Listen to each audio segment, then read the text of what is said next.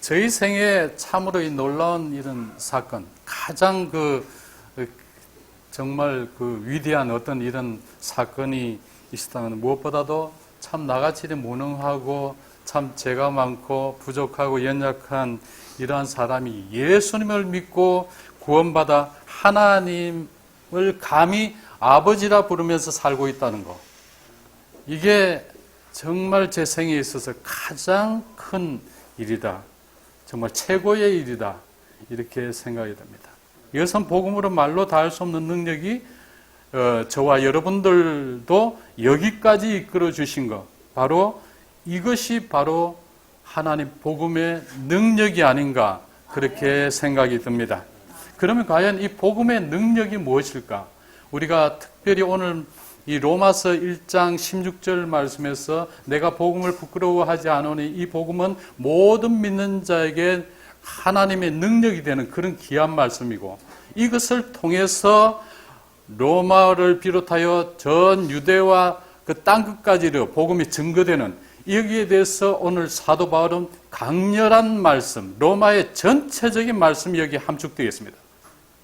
여기서도 중요한 것은 바로 하나님의 복음, 이 복음, 이 능력이 과연 무엇이냐 하는 것이죠. 그래서 오늘 이 사도 바울은 내가 복음을 부끄러워하지 않으니 이 복음은 모든 믿는 자에게 구원을 주시는, 구원을 하나님의 능력이 된다. 이렇게 말씀하셨습니다.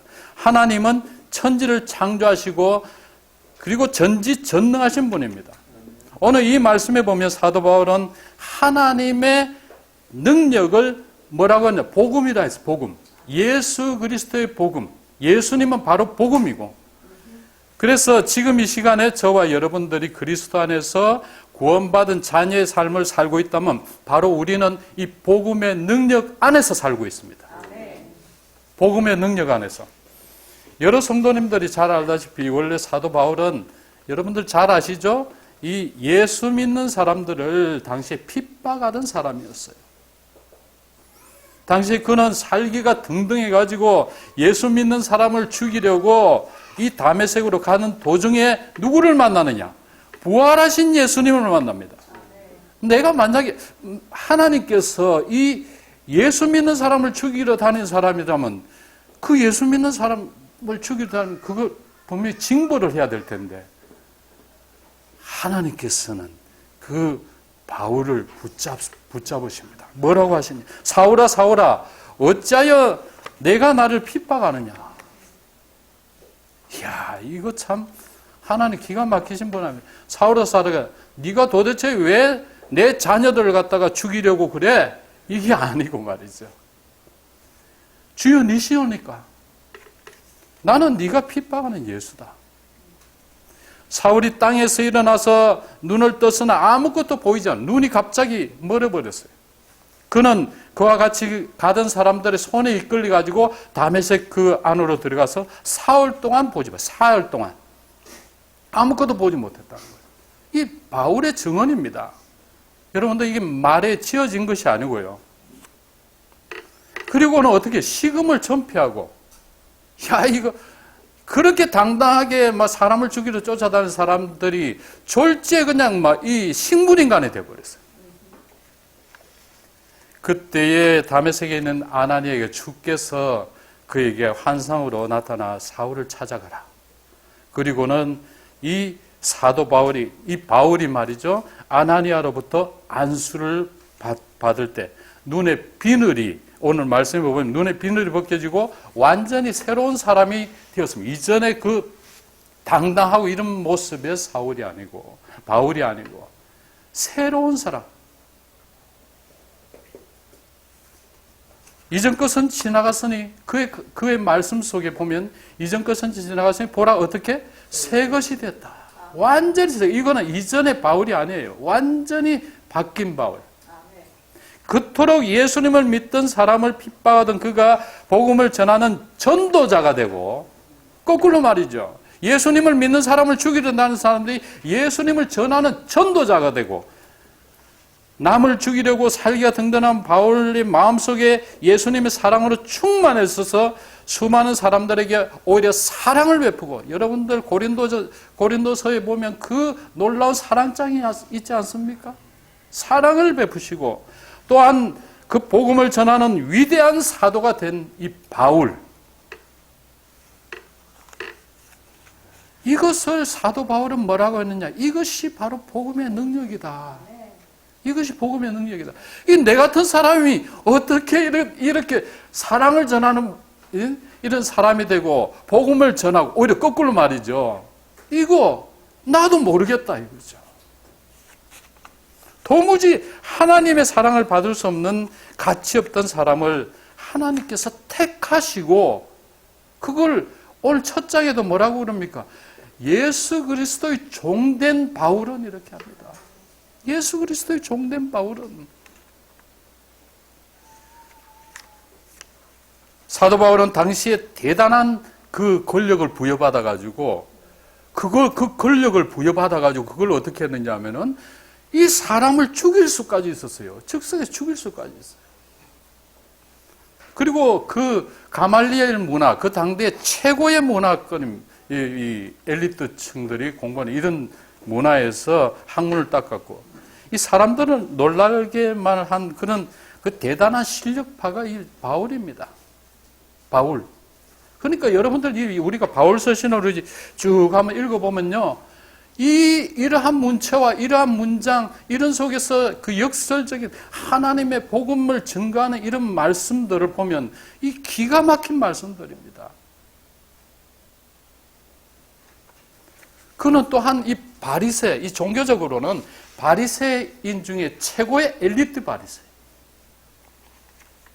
그러나 그가 예수 그리스도를 만난 후에 자기 자신을 볼 때, 이전의 삶은 진짜 아무것도 아닌 거예요. 그럼 뭐라고 하느냐? 나의 학문은 초등학문이다. 아무것도 아니다. 나는 정말 재수 중에 재수, 괴수 중에 괴수, 예? 바닥 인생이다. 이거 아무것도 아니다 이거죠. 철저하게 낮아지고 겸손해지고 낮아지고 자신의 모습을 정말 이 복음 앞에서 정말 작아지는 그런 바울을 봅니다. 그는 능력이 있었고 교만에 빠지는 실력도 있었지만 그가 진정으로 사람을 살릴 수 있는 능력은 없는 거예요. 어떻게 사람을 살려요? 수많은 죄로 인해 죽어가는 사람들, 저들에게 진정으로 살릴 수 있는,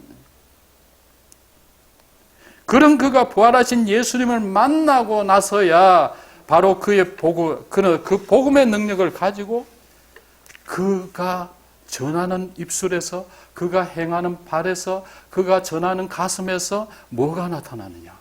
하나님의 위대한 복음의 능력이 전도를 통해서 나타나는 거예요. 그래서 그는 죽음을 두려워하지 않습니다. 완전히 바뀐 그의 삶은 오직 예수 그리스도의 종으로서의 삶을 살면서 복음을 위해서 죽음을 각오를 하고 나아가는 삶. 그 당시에 이 스펙으로 치면 말이죠. 소위 말해서 바울 정도면 잘 먹고 잘 살 수 있을 거예요. 돈도 벌고 뭐 뚱뚱하게 뭐 자기가 그 유대 지방에서 대단한 이름을 날리고 그럴 겁니다. 그래서 오늘 로마 교회에 보낸 편지에서 보면, 형제들아 내가 여러 번 너희에게 가고자 한 것은 너희가 모르기를 원하지 아니하노니 이는 너희 중에 다른 이방인 주에서와 같이 열매를 맺게 하느미로되 지금까지 길이 막혔다. 헬라인이나 야만이나 지혜 있는 자나 어리석은 자 다 내가 뭐라고요? 빚진 자라 했어. 아무리 유능한 사람이다 갑자기 닥치는 그런 죽음과 절망 앞에서는 이 제한됩니다. 우리 인생이라는 게 살다 보면 어렵고 힘든 일, 결국은 죽음 앞에서는 아무것도 아니지 않습니까? 그러나 하나님의 능력은 어떠냐? 무한하시다. 이런 무한하시다. 위대하고 강하신 하나님의 복음의 능력은 무한한 것입니다.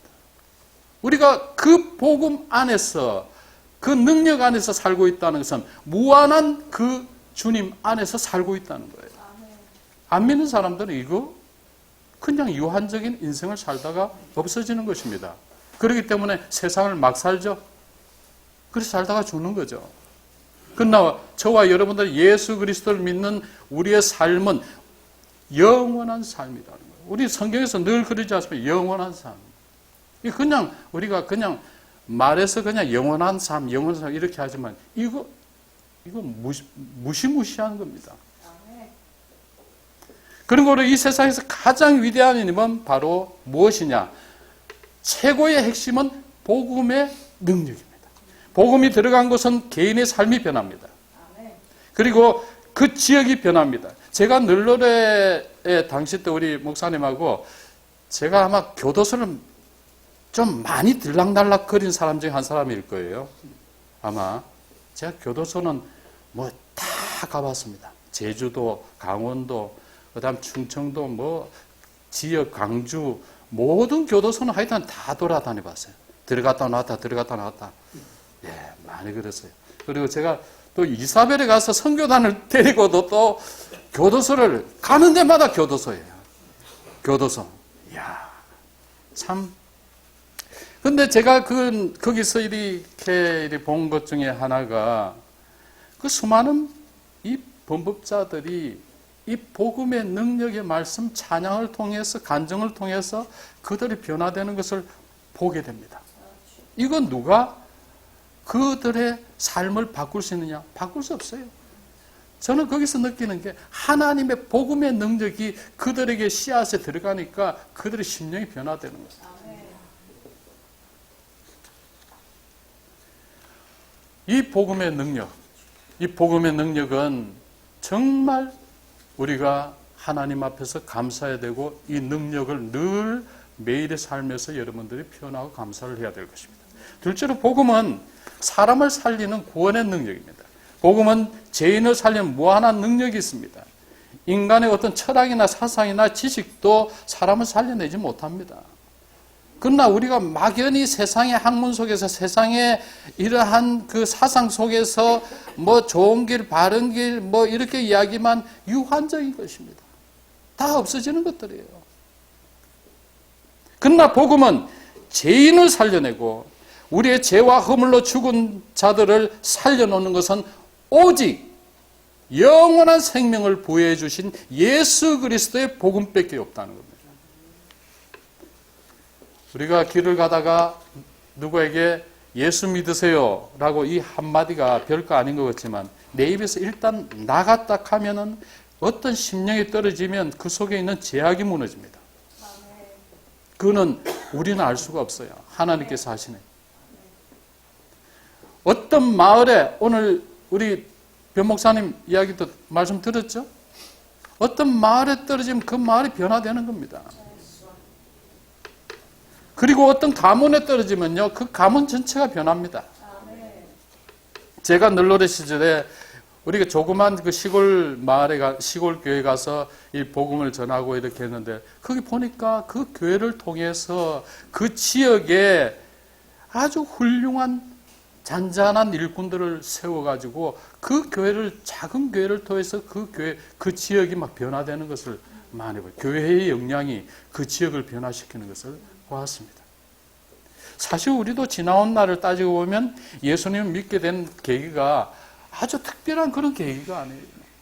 지나가는 사람들이 뭐 전도를 주었다든지 또 예수 믿어보세요, 예수 믿으세요 라는 어떤 친구로부터 말을 들었다든지 이 한마디가 변화시켜서 오늘날에 하나님의 자녀가 된 사람들 얼마나 많습니까?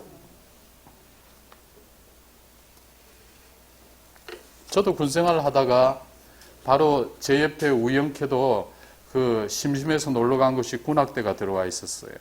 그때 만난 사람들이 군악대가 바로 옆에 있는 바람에 이제 그때 노문환 씨를 만나고 고강삼 씨를 만나고 이래가지고 군대 제대하고 난 후에 노문환 씨를 이리 알아보고 뭐 야간에 술집에서 일하니까 뭐 통하면 다 통하잖아요.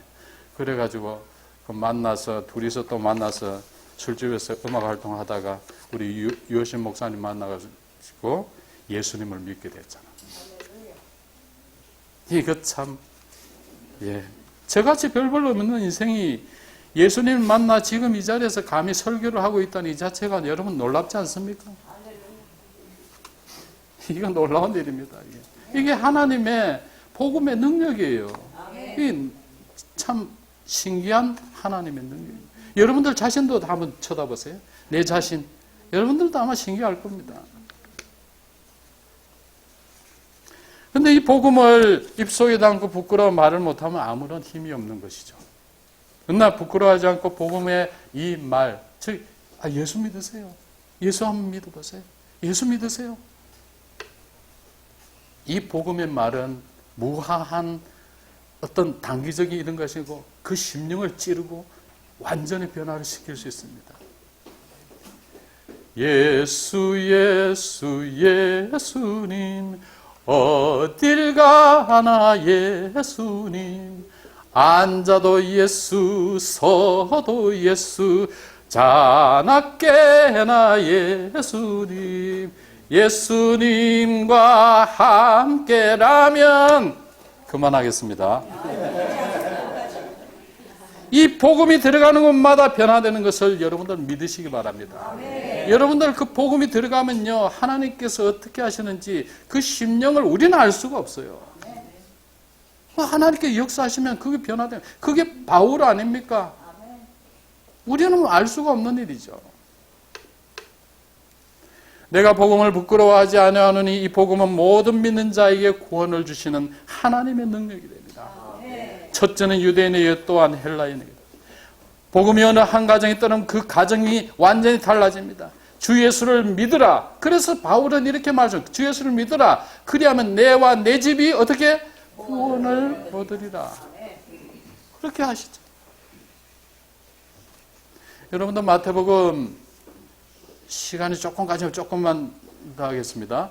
마태복음 25장 32절에서 40절 말씀에 보면 예수님께서 잡히시기 전에 이 감람산에 가서 많은 비유의 설교의 말씀을 하셨어요.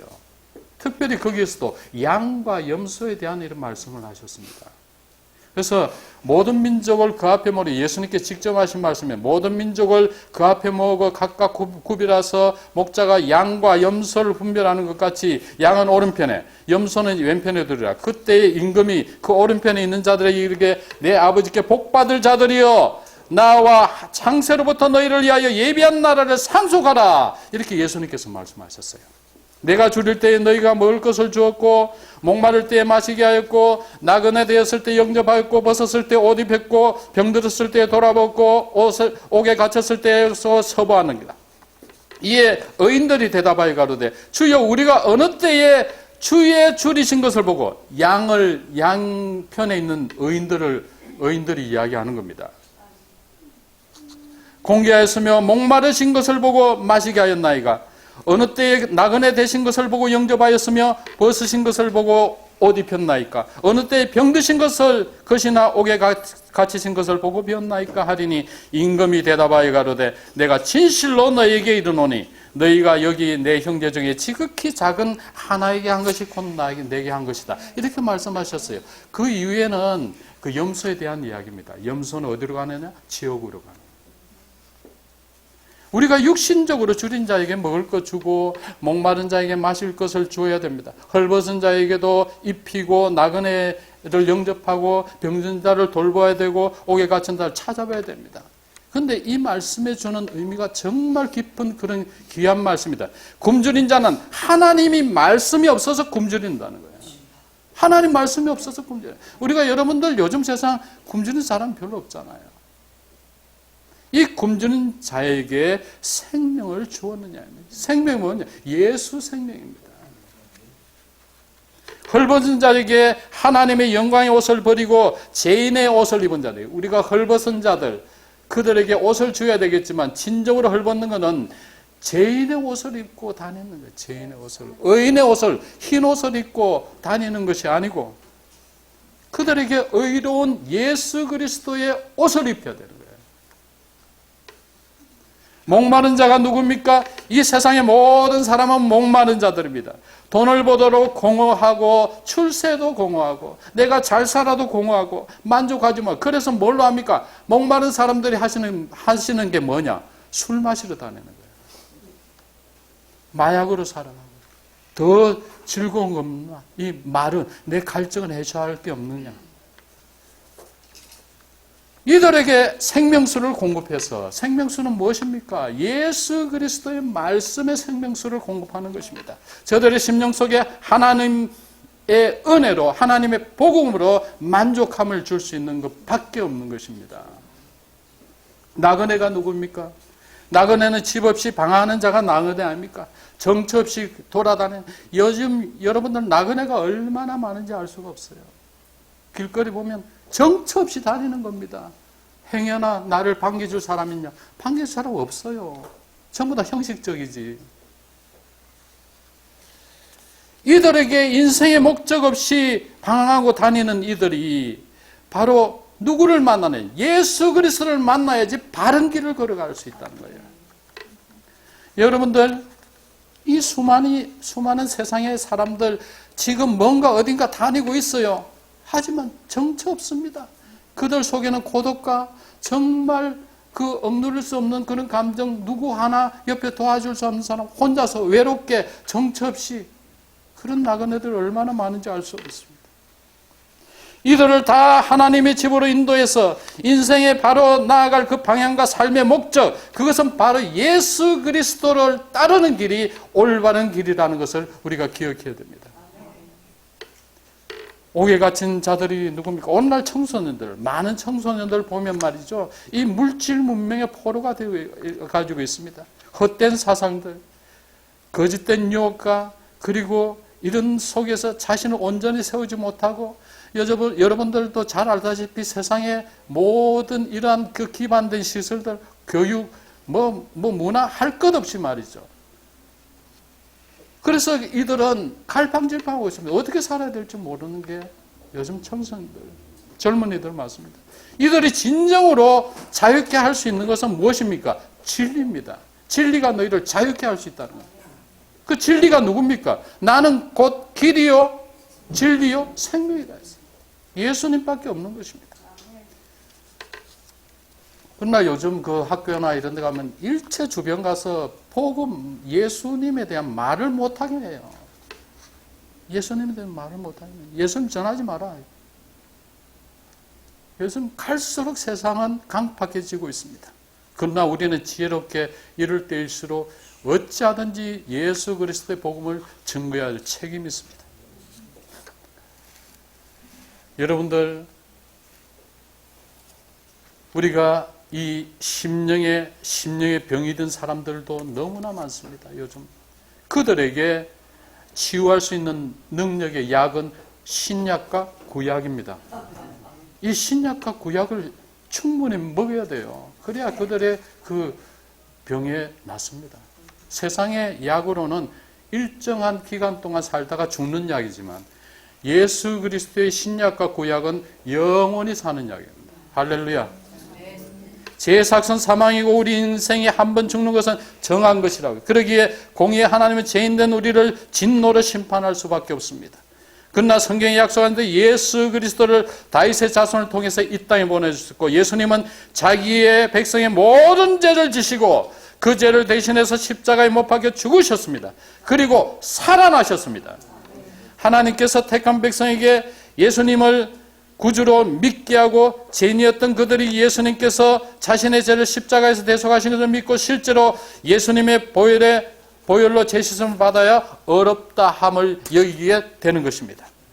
그리하여 예수님을 나의 구주, 나의 아빠로 영접한 하나님께서 택하신 백성은 우리가 진노의 심판에서 피하고 천국에 입성하게 될 수 있다라는 것이 아까 제가 말씀한 마태복음 25장 32절에서 이후에 나오는 그러한 귀한 말씀들입니다.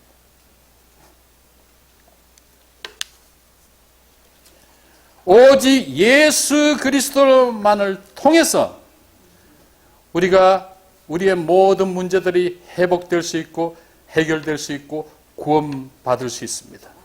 이 모든 것은 하나님께서 하신 것입니다. 해결책 준비하신 것도 하나님이시고 그 모든 것을 완성시키는 것도 하나님께서 하신 것입니다.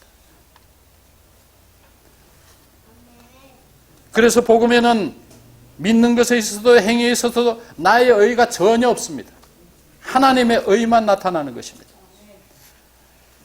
우리가 오직 그 은혜로 인하여 믿음으로 말미암아 구원을 받았다라고 했습니다. 그렇기 때문에 우리는 어떻게 하냐? 예수 그리스도를 전해야 할 책임이 있습니다. 사도 바울은 내가 복음을 전하지 않으면 어떻게 한다고요? 내가 복음을 전하지 않으면 내게 화가 있으리라. 화가 있으리라. 그렇기 때문에 저와 여러분들도 우리의 삶의 하나 가장 우선이 뭐냐면 복음을 전하는 것입니다.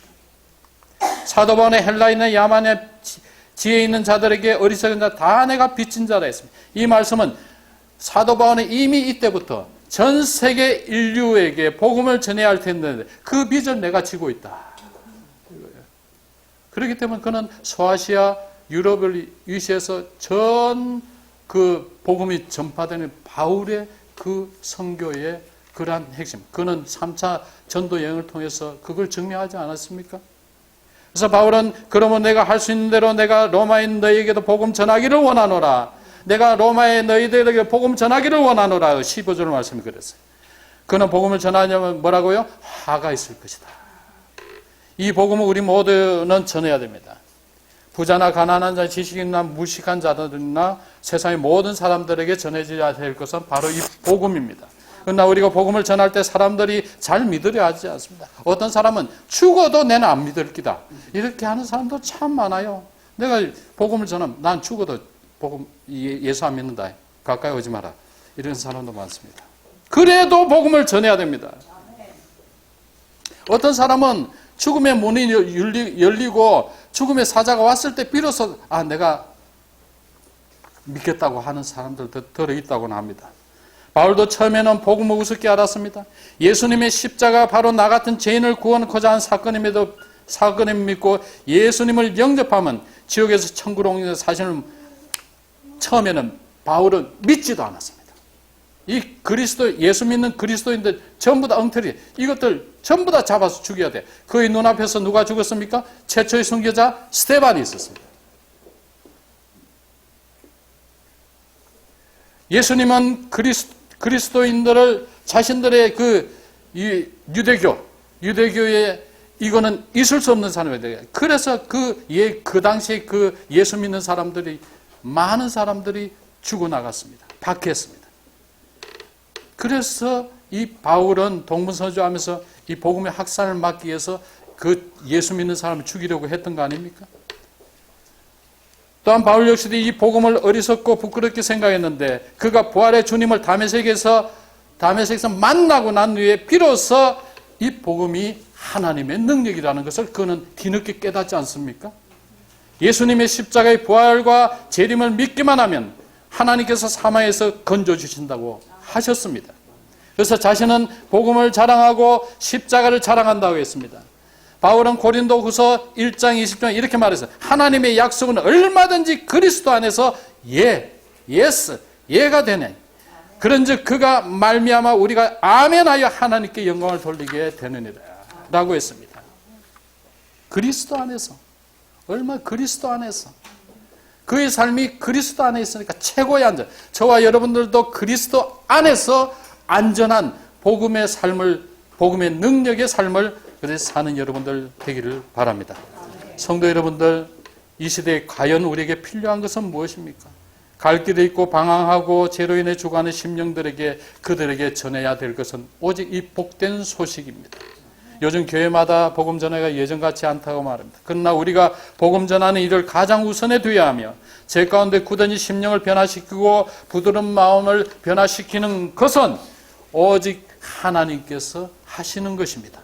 그러기에 우리는 지혜롭게 예수님의 복음을 때로 어떤지 못하는지 전하기만 하면 되는 것입니다. 이 복음이 들어가는 곳마다 복음의 능력이 로마를 변화시키던 바울의 위대한 사건이 우리를 통해서, 우리 믿음찬 교회를 통해서 일어날 줄을 믿습니다.